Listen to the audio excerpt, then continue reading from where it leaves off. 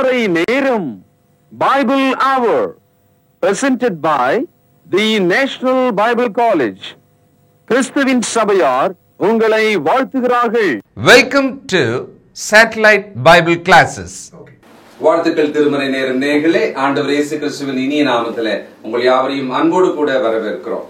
நிச்சயமாக புதிய கிருபை, புது சிருஷ்டி, புது உடன்படிக்கை நம்ம எல்லாருக்குமே ரொம்ப ஆச்சரியமும் ஆசீர்வாதமான சொற்கள். இது எல்லாமே புதிய உடன்படிக்கையின்படி புது சிருஷ்டியாகி ஒரு புதிய மனுஷனாக வாழ்கிற இந்த வாழ்க்கையில இந்த வேத புத்தகத்தை அது சொல்லப்படும் பொழுது, அது பிரசங்கிக்கப்படும் பொழுது நம்ம கேட்கிறோமே, எப்படி கேட்கிறோம்? அவன் சரியா கேட்கறானா பத்தியா அப்படின்னு, அவன் காது கொடுக்கவே இல்லை எதுக்குதான் இருப்பாங்க, அவன் காது கொடுக்கவே இல்லை அப்படின்னு. அடுத்தது கேட்கறது எல்லாம் நம்ம சரியாதான் புரிஞ்சுக்கிறோமா? இல்லை. ஏன்னா கேட்கிற விதத்துல கேட்கல. இன்றைக்கு அரசியல் மற்றும் நம்முடைய தமிழ் சமூகத்தை பார்க்கும்போது தொடர்ந்து பேசிக்கிட்டே தான் இருப்போம். அதிகமா பேசுறவங்க உலகத்திலே நம்மளதான் இருப்போம் பொழுது தமிழ் மக்கள் தான். அதுல அவங்க பெரிய பெரிய சாதனைகள் செய்வாங்க, ஆட்சிகளை கூட பிடிப்பாங்க. ஆனால் கேட்கிறவங்க எந்த மாதிரியாக விஷயங்களை புரிஞ்சுக்கிறாங்கன்னு நமக்கு தெரியல. இந்த சரியான சத்தியம் 18 வருஷமாக இந்த மாதிரி நிகழ்ச்சிகள்ல சொல்லிக்கிட்டே தான் இருக்கிறோம். நிறைய பேர் நான் கேட்கறியா, நான் பாக்குறியா அப்படின்னு சொல்றாங்க தான். இன்னும் சில வருஷங்களாக ஞானஸ்தானம் எடுக்கணும்னு முடிவு பண்ண பிறகும் கூட இன்னும் ஞானஸ்தானம் நீங்க எடுக்கல. அப்போ கேட்டு தானே இருக்கிறீங்க. என்ன முடிவெடுத்தீங்க? சத்தியத்துக்கு ஏற்றாற் போல முடிவெடுத்தீங்களா? கீழ்ப்படியும்படியாக முடிவெடுத்தீங்களா? இல்லையா? ஆண்டவர் சொல்றாரு லூக்கா 8ஆம் அதிகாரம் 17வது வசனத்துல, நீங்கள் கேட்கிற விதத்தை குறித்து அப்படின்ற ஒரு வரி அங்க இருக்கும். எப்படி கேட்கிறீங்க? விசுவாசிக்கத்தக்கதாக கேட்கிறீர்களா? கீழ்ப்படியத்தக்கதாக கேட்கிறீர்களா? அல்லது ரொம்ப வித்தியாசமா இருக்கே கேட்போம், இன்ட்ரெஸ்டிங்கா இருக்கு கேட்போம், இந்த மாதிரி நூதனமானதை கேட்கறதுக்கான ஒரு ஆவல் இருக்கும்ல, புதுசா சொன்னா கேட்கலாம், அப்படி கேட்டுட்டு இருக்கிறோமா? நீங்கள் கேட்கிறதை குறித்து கவனிங்கள். ஆவியானவருடைய சத்தத்துக்கு நாம் செவி கொடுக்க வேண்டும். அப்படின்னா என்ன அர்த்தம்? கீழ்ப்படியத்தக்கதான முடிவுடன் செவி கொடுக்க வேண்டும். தொடர்ந்து கேட்கலாம். இந்த நாளில் நம்முடைய செய்தியாளர், தேசிய வேதாகம கல்லூரியினுடைய கல்வித்துறை தலைவர் டாக்டர் பீட்டர் சாலமன் ஐயா அவர்கள். வணக்கம் திருமறை நேர நேயர்களே, உங்கள் அனைவருக்கும் என்னுடைய நெஞ்சார்ந்த புதிய நாள் வாழ்த்துக்கள். உலகத்தில் நீங்கள் எந்த பகுதியில் இருந்தாலும் இந்த காலை உங்களுக்கு அமைதலையும் சாந்தத்தையும் கோபமற்ற ஒரு வாழ்க்கையும் தேவன் உங்களுக்கு கொடுக்க வேண்டும் என்று நான் ஜெபிக்கிறேன்.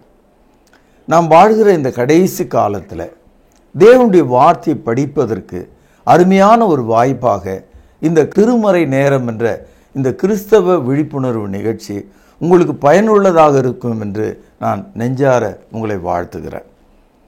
சகோதரர்களே, புதிய ஏற்பாட்டில் 27வது புத்தகம் வெளிப்படுத்தல் விசேஷம். தேவன் யோவான் என்ற அப்போஸ்தலரை கொண்டு நமக்கு இதை தருகிறார். இதை நாம் வாசிக்க வேண்டும் என்று பார்த்தோம். வாசிக்கிறவர்கள் தங்கள் காதுகளில் அதை கேட்க வேண்டும். இப்போ வாய் விட்டு நாம் படிக்கும்போது நம்முடைய காது பலமாய் அதை கேட்கிறது. இதை வாசிக்கிறவனும் அடுத்து என்ன சொல்றாரு? கேட்கிறவனும். வெளிப்படுத்தல் 1:3 நாம் வாசிக்கிறோம். ஹியரர் என்ற ஒரு வார்த்தை. இந்த 22 அதிகாரம் உள்ள வெளிப்படுத்தல் என்ற புஸ்தகத்தில் 6 இடங்களில் காது உள்ளவன் கேட்க கடவன்.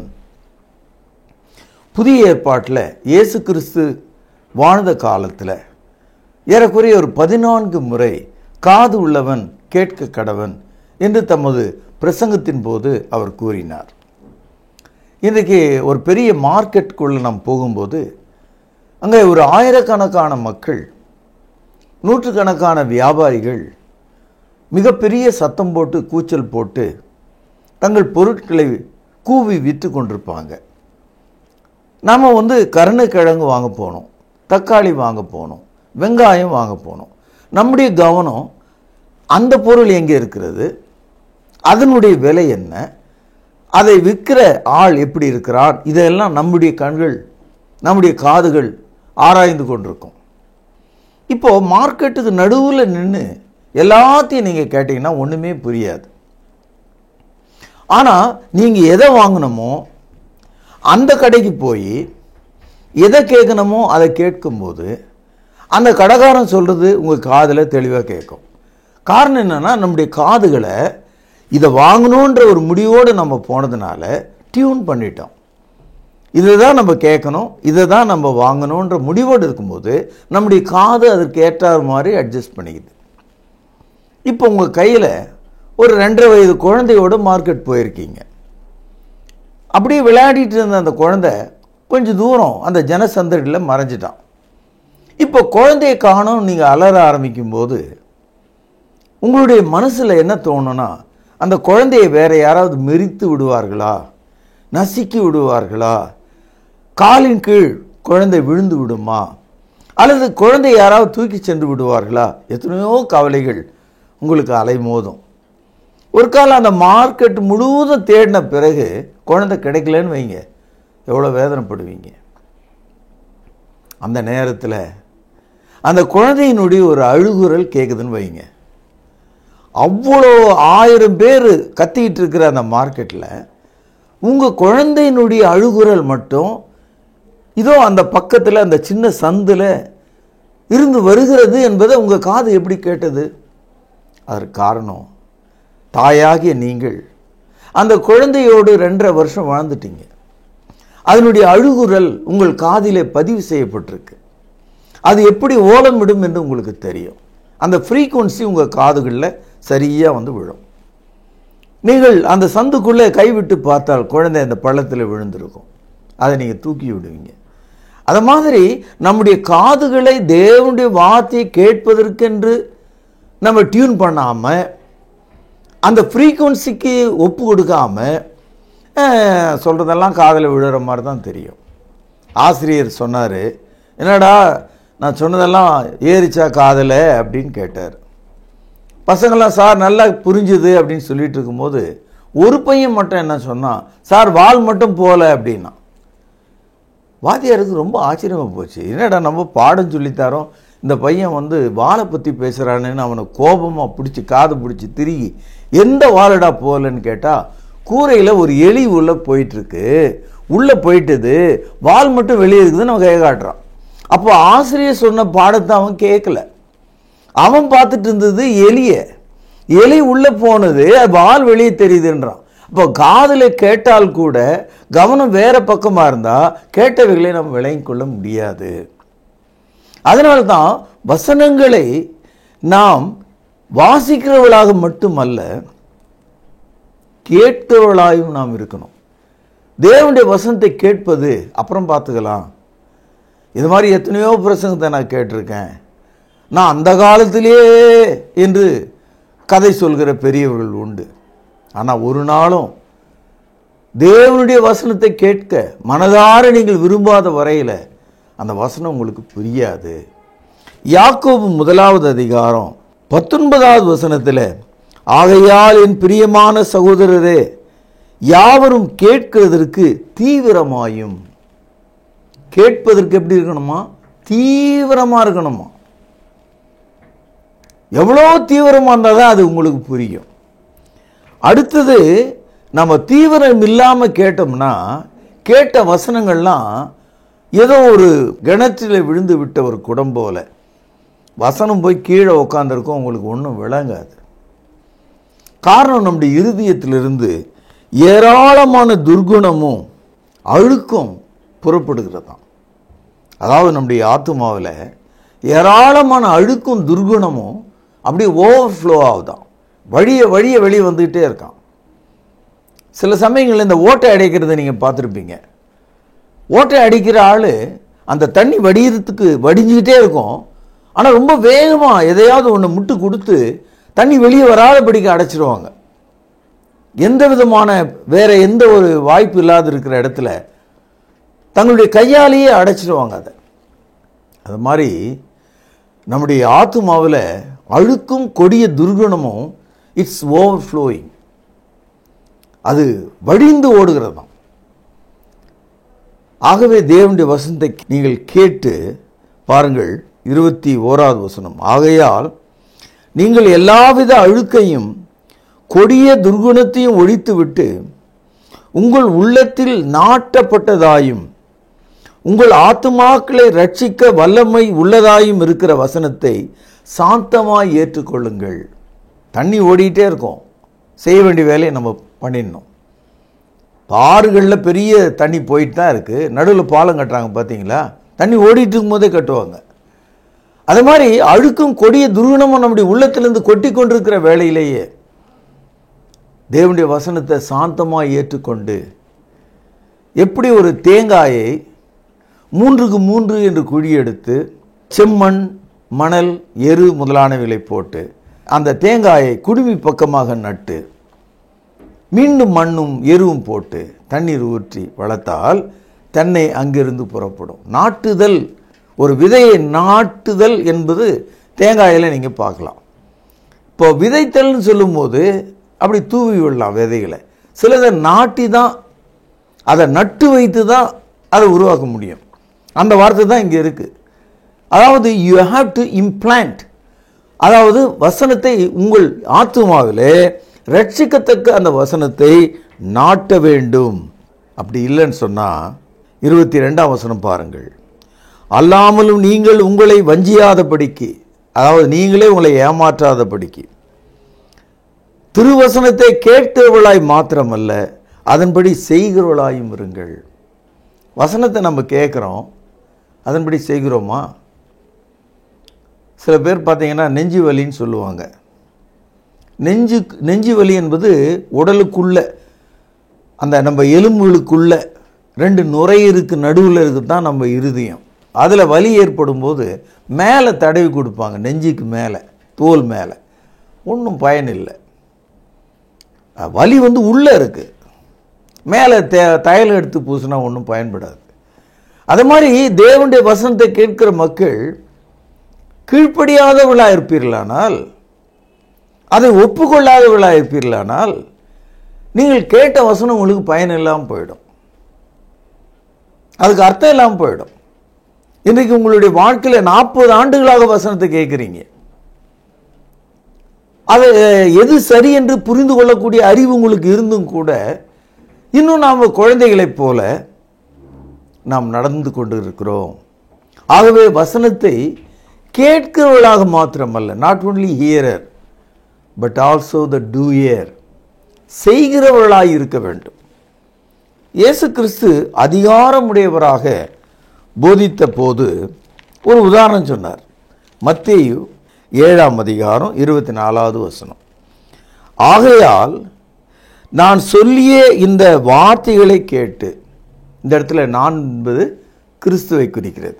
நீங்களும் நானும் அந்த வசனத்தை கேட்டுக்கொண்டிருக்கிறோம்.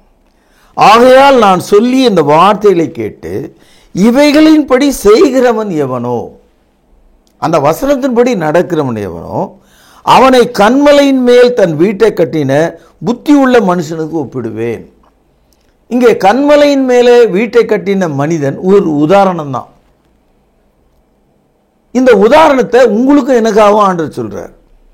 இப்போ கிறிஸ்துவனுடைய வார்த்தையை கேட்டவங்க, ஒரு ஆள் போய் கன்மலையில் வீட்டை கட்டினான், ஒரு ஆள் போய் மணல் மேலே வீட்டை கட்டினான். மணல் மேலே வீட்டை கட்டினாலும் அதிபுத்திசாலி, ஏன்னா அது ரொம்ப கஷ்டமான வேலை. ஆனால் அந்த வேலையை அவன் செஞ்சான். 2 பேரும் வீட்டை கட்டி முடித்தாங்க, 2 பேரும் வாழ தொடங்கினாங்க. ஒரு பொல்லாத மழைக்காலம், ஒரு பொல்லாத சூறாவளி, ஒரு பெருவெள்ளம் வந்தது, அந்த வீட்டின் மேலே மோதியது, அதன் அஸ்திவாரத்தின் மீது மோதியது. இப்பொழுது மணல் மேல் கட்டப்பட்ட வீடு சரிந்து தரைமட்டமாக போய்விட்டது. கன்மலையின் மேல் கட்டப்பட்ட வீடு நிலைத்து நின்றது. இந்த உதாரணத்தை இயேசு கிறிஸ்துவினுடைய வசனத்தை கேட்டு நடக்கிறவன், நடக்காதவன், இந்த 2 பேரை சுட்டி காட்டுவதற்காகத்தான் இந்த உதாரணத்தை அவர் சொல்றார். கேள்வி: நீங்கள் கிறிஸ்துவினுடைய வசனத்தை கேட்டு அதன்படி செய்கிறவர்களாக இருந்தால் உங்கள் ஆத்மா ரட்சிக்கப்படும். கொடிய அழுக்கையும் துர்குணத்தையும் ஒழித்துவிட்டு உங்கள் உள்ளத்திலே நாட்டப்பட்ட அந்த வசனத்தை சாந்தமாய் ஏற்றுக்கொண்டால் நீங்கள் பிழைப்பீர்கள். இல்லை என்றால் நீங்கள் வசனத்தை கேட்டு உங்களையே நீங்கள் வஞ்சித்துக் கொள்கிறவர்களாக இருப்பீர்கள். இயேசு சொன்னார், சிலர் அக்காலத்திலே வந்து என்ன சொல்லுவார்களாம்? மத்திய 7ஆம் அதிகாரம் 21வது வசனம், பரலோகத்தில் இருக்கிற என் பிதாவின் சித்தத்தின்படி, அண்டர்லைன் பண்ணுங்க, சித்தத்தின்படி. சித்தம் என்றால் தேவனுடைய விருப்பம், தீர்மானம், அவருடைய முடிவு. பரலோகத்தில் இருக்கிற என் பிதாவின் சித்தத்தின்படி செய்கிறவனே பரலோகத்திலே பிரவேசிப்பானே அல்லாமல் என்னை நோக்கி கர்த்தாவே கர்த்தாவே என்று சொல்கிறவன் அதில் பிரவேசிப்பதில்லை. கர்த்தர் என்ற ஒரு உரிமை கோரல, அப்பா என்று ஒரு உரிமை கோருகிற நம்முடைய குழந்தையை போல, ரோட்டில் போகிறவங்க எல்லாருமே எல்லா குழந்தைங்களும் நம்மளை அப்பான்னு சொல்லாது. நம்ம பிள்ளைங்க தான் நம்மளை அப்பான்னு சொல்ல முடியும். ஆனால் ஒரு கால் தெரியாமல் சில குழந்தைகள் அப்பான்னு சொல்லிடலாம். அப்படி சொல்கிறதுனால அந்த குழந்தை வந்து அந்த தகப்பனுக்கு சொந்தமாகவோ அல்லது இந்த தகப்பு அந்த குழந்தைக்கு நிஜமான அப்பாவாக இருக்க முடியாது. அது மாதிரி சிலர் வந்து பரலோகத்தில் இருக்கிற பிதாவினுடைய சித்தத்தை செய்யாமல், ஆனால் தகப்பனே கர்த்தாவே ஆண்டவரே என்று அவர்கள் புலம்புவார்களாம். இன்றைக்கி இதை தான் நான் கிறிஸ்தவ மார்க்கத்தில் பார்க்குறேன். இன்றைக்கு இதை தான் நான் கிறிஸ்தவ மதத்தில் பார்க்குறேன். எல்லார் கையிலையும் பைபிள் இருக்குது, எல்லார் வாயிலையும் அல்லேலூயா இருக்குது, எல்லார் மேலேயும் வெள்ளை சட்டை இருக்குது, எல்லாருக்குள்ளும் ஒரு வெறி, ஒரு ஆனந்தம் இருக்கிறது. ஆனால் அது தேவ பக்திக்குரியதா? அது வசனத்தின்படி ஆனதா? நீங்கள் போகிற இடங்கள் எல்லாம் தேவனுக்கு பிரியமாக இருக்கிறதா?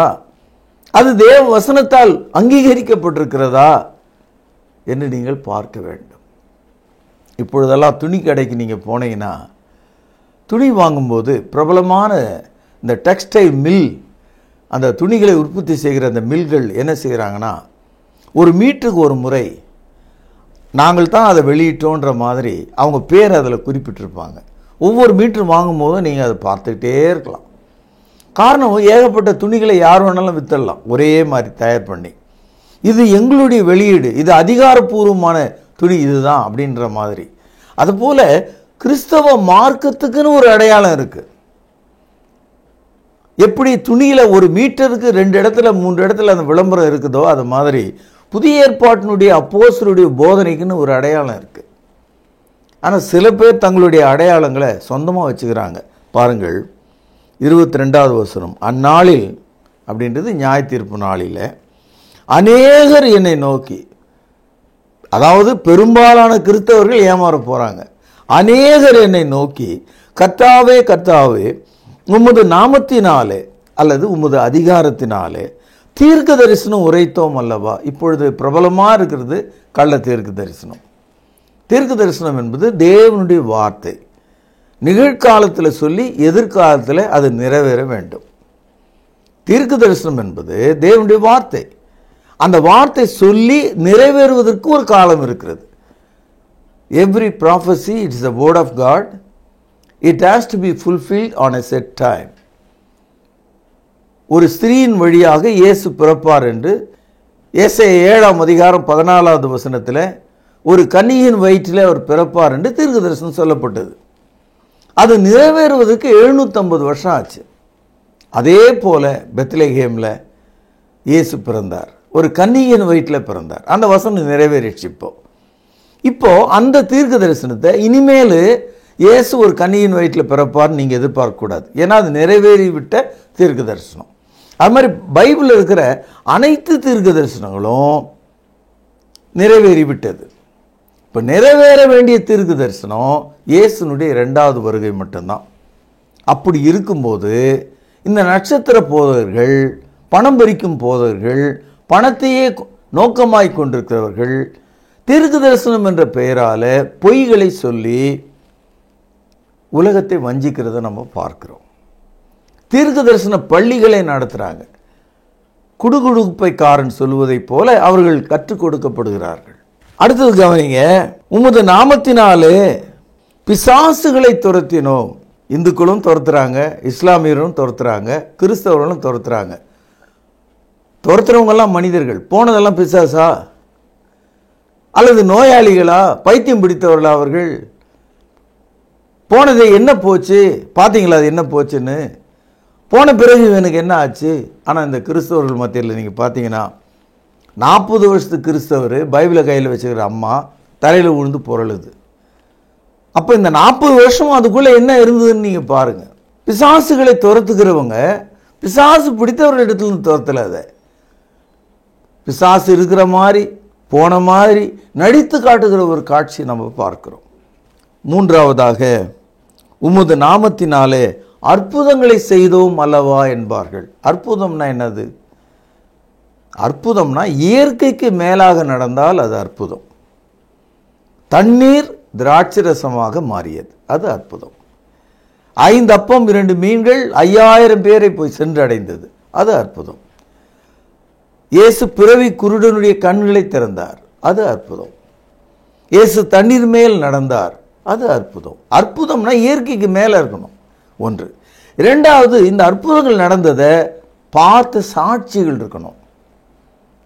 மூன்றாவது, இந்த அற்புதங்கள் பதிவு செய்யப்பட வேண்டும். நான்காவது, இந்த அற்புதங்களை தேவன் அங்கீகரிக்க வேண்டும். இப்படிப்பட்ட விஷயங்கள் கீழே ஒரு அற்புதம் இப்போ நிகழ்ந்தா நம்ம அதை ஏற்றுக்கொள்ளலாம். ஆனால் அது மாதிரி இல்லையே.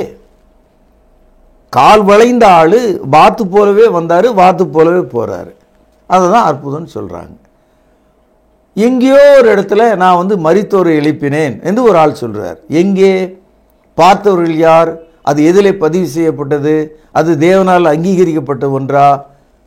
இதுக்கான பதிலே இல்லை. சகோதரர்களே, தேவன் எழுப்பினால் கர்த்தருக்கு ஸ்தோத்திரம் என்று நான் சொல்வேன். முதலாவது, அற்புதம் என்பது இயற்கைக்கு மேலே இருக்கணும். இப்போது சுகப்பிரசவம் நடக்கும் அப்படின்னு சொன்னால், சுகப்பிரசவத்தினால்தான் இந்த உலகம் 700 கோடி மக்களை உடையதாக இருக்குது. 1947 33 கோடியாக இருந்த இந்திய நாடு இன்றைக்கு 130 கோடி மக்களாக பெருகி இருக்கிறாங்க. எல்லாருக்கும் தான் சுகப்பிரசவம் நடந்தது. உங்களுக்கு நல்ல வேலை கிடைக்கும், படித்தா நல்ல வேலை தான் கிடைக்கும். சகோதரர்களே, இது அற்புதங்கள் அல்ல, இது தீர்க்க தரிசனங்கள் அல்ல. எனக்கு வயிற்று வலி நல்லாச்சு, ஏன்னா அந்த வயிற்று வலி வந்தாலே அவன் பார்க்க முடியாது அவன் வயிற்றுக்குள்ளே எங்கே வலிக்குதுன்னு. எதனால் வலிக்குதுன்னு அவனே பார்க்க முடியாது.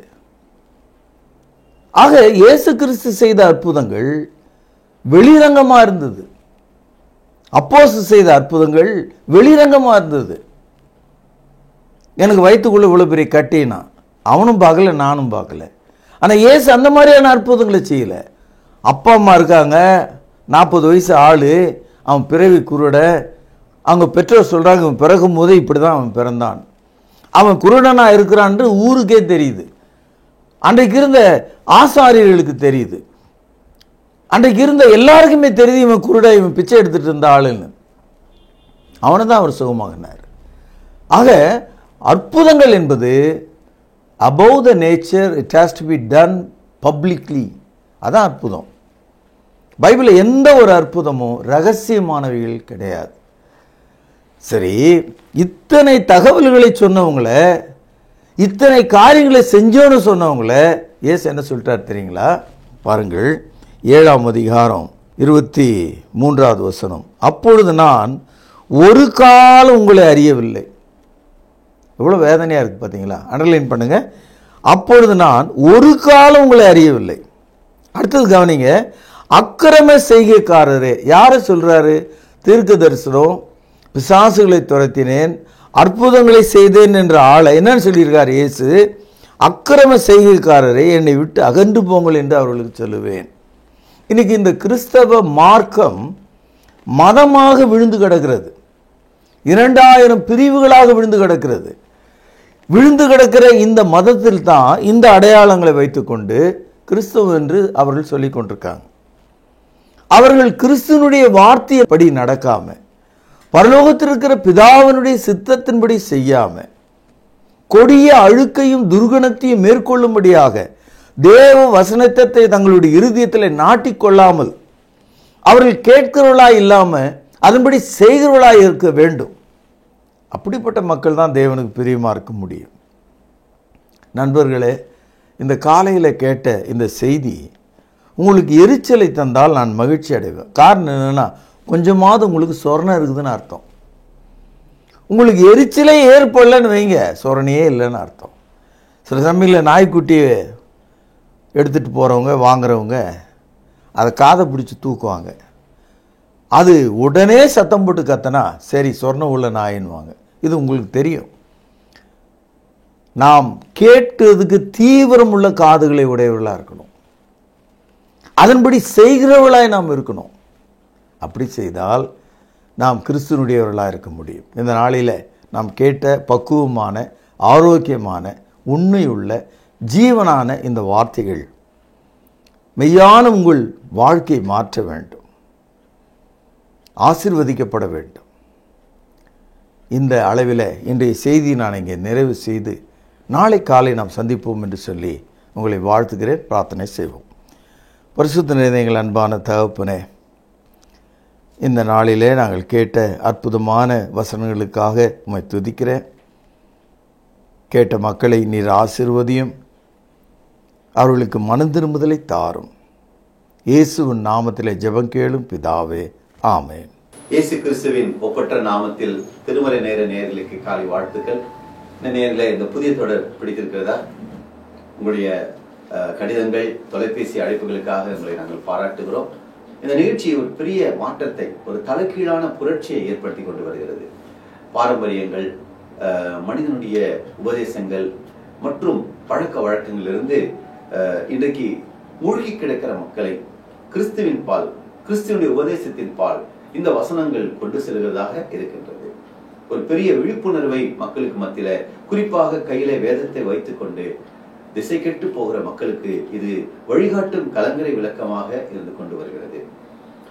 புதிய நாள் காலையில புதிய கிருபையோடு இதோ நான் சகலத்தையும் புதிதாக்குகிறேன் என்ற தொடரை பார்த்து கொண்டிருக்கிறீர்கள். நேரிலே இன்று நீங்கள் கேட்ட செய்தியிலிருந்து உங்களுக்கான பரிசு கேள்வி இதுதான். நாம் தேவனுடைய வசனத்தை எப்படி கேட்க வேண்டும்? கேள்வி எழுதி கொண்டிருக்கலாம். கொஞ்சம் டெக்னிக்கலா யோசிக்க வேண்டிய ஒரு கேள்விதான். யோசிங்க. நாம் கேட்க வேண்டிய விதமாக வசனத்தை கேட்டுக்கொண்டிருக்கிறோமா? யோசித்து பதில் எழுதுங்கள். மீண்டும் சொல்லுகிறேன், நாம் தேவனுடைய வசனத்தை எப்படி கேட்க வேண்டும்? கேள்வி எழுதி கொண்டிருக்கலாம். கண்டிப்பா சரியான பதில் உங்களுக்கு கிடைக்கும். வசன குறிப்போடு உடனே எழுதுங்கள். நேயர்களே, நீங்கள் வீட்டில் இருந்தபடியே தமிழ் மற்றும் ஆங்கில மொழியில் அஞ்சல் வழி வேத பாடத்தை பயின்று பட்டம் பெறலாம். அது மட்டுமல்ல, இறையியல் இலக்கணம், வேர்வை சக்தி, ஜெபம் பண்ண வேண்டிய விதமாவது, இளமை, இனிமை, இயேசுக்குள், கிறிஸ்துவின் சபை போன்ற புத்தகங்கள் தேவைப்படுவோர் தொடர்பு கொள்ளுங்கள். சபையில பயன்படுத்தப்படும் கர்த்தருடைய பந்தி பாத்திரங்கள், காணிக்கை பைகள் தேவைப்படுவோர் எங்களை அணுகலாம். யூடியூப்ல இந்த நிகழ்ச்சிகள் ஒளிபரப்பாகிறது.